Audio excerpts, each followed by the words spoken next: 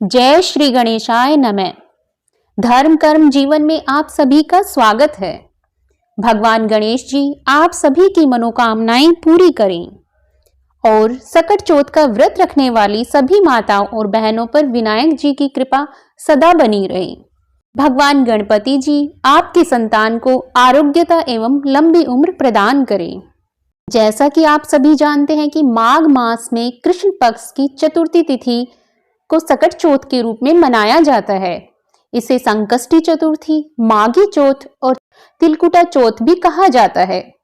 इस दिन भगवान गणेश व सकट माता की पूजा व आराधना करने का विधान है। कहा जाता है कि इस दिन गणपति जी ने देवताओं के संकटों को दूर किया था।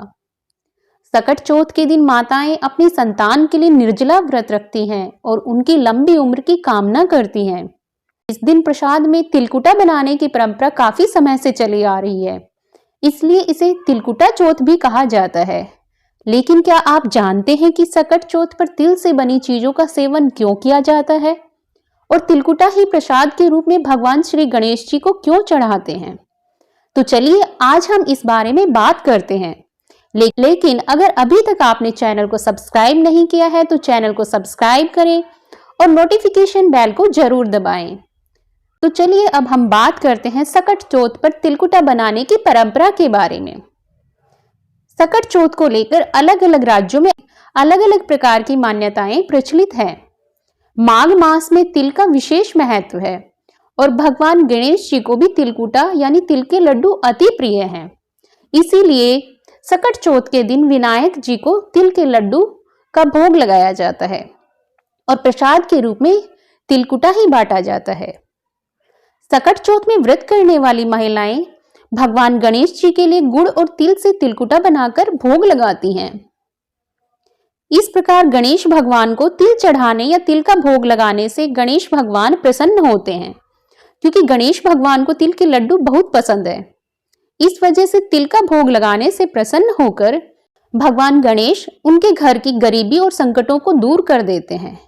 इसलिए इस दिन विशेष तौर पर तिलकुटा प्रसाद के रूप में भगवान गणेश जी को चढ़ाने की मान्यता है। इस दिन गणपति जी को भोग के रूप में तिल या तिल से बनी चीजों का प्रसाद ही चढ़ाना चाहिए। देश के कई हिस्सों में इस भोग को एक रात पहले ही बनाकर एक बांस से बनी टोकरी में ढक कर रख देते हैं, जिसे पुत्र या भाई ही खोल सकता है। कहा जाता है कि इससे भाई बंधुओं में आपसी प्रेम भाव बना रहता है। जबकि देश के कई हिस्सों में तिलकुट का पहाड़ बनाया जाता है और कई जगहों पर तिलकुट का बकरा भी बनाया जाता है, जिसके बाद भगवान गणेश जी की पूजा करके तिलकुट के बकरे की गर्दन को घर का कोई छोटा बच्चा दूर्वा यानी दूब घास से काट देता है और प्रसाद घर के सभी सदस्यों को बांट दिया जाता है।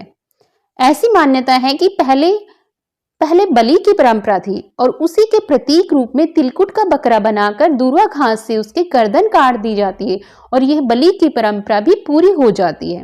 इसीलिए तिलकुट के दिन तिलकुट का बकरा बनाकर उसकी गर्दन को काटा जाता है।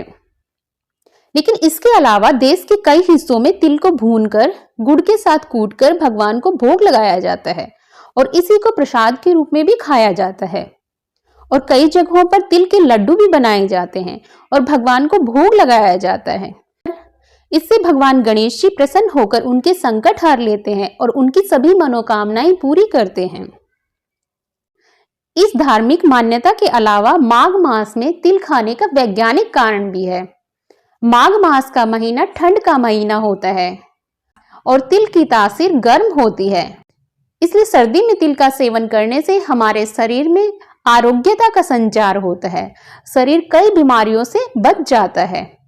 इसलिए हमारी इन धार्मिक मान्यताओं के पीछे कोई न कोई वैज्ञानिक कारण भी होता है और इसीलिए माघ के महीने में सभी त्योहारों में तिल का विशेष रूप से प्रयोग किया जाता है। जैसे सठतिला एकादशी पर भी तिल का ही सेवन किया जाता है। यह थी भगवान गणेश को तिल का प्रसाद चढ़ाने के पीछे की मान्यताएं। तो आपको यह जानकारी कैसी लगी? अगर आपको यह जानकारी अच्छी लगी है तो वीडियो को लाइक कीजिए, शेयर कीजिए और चैनल को सब्सक्राइब करना मत भूलिएगा। धन्यवाद।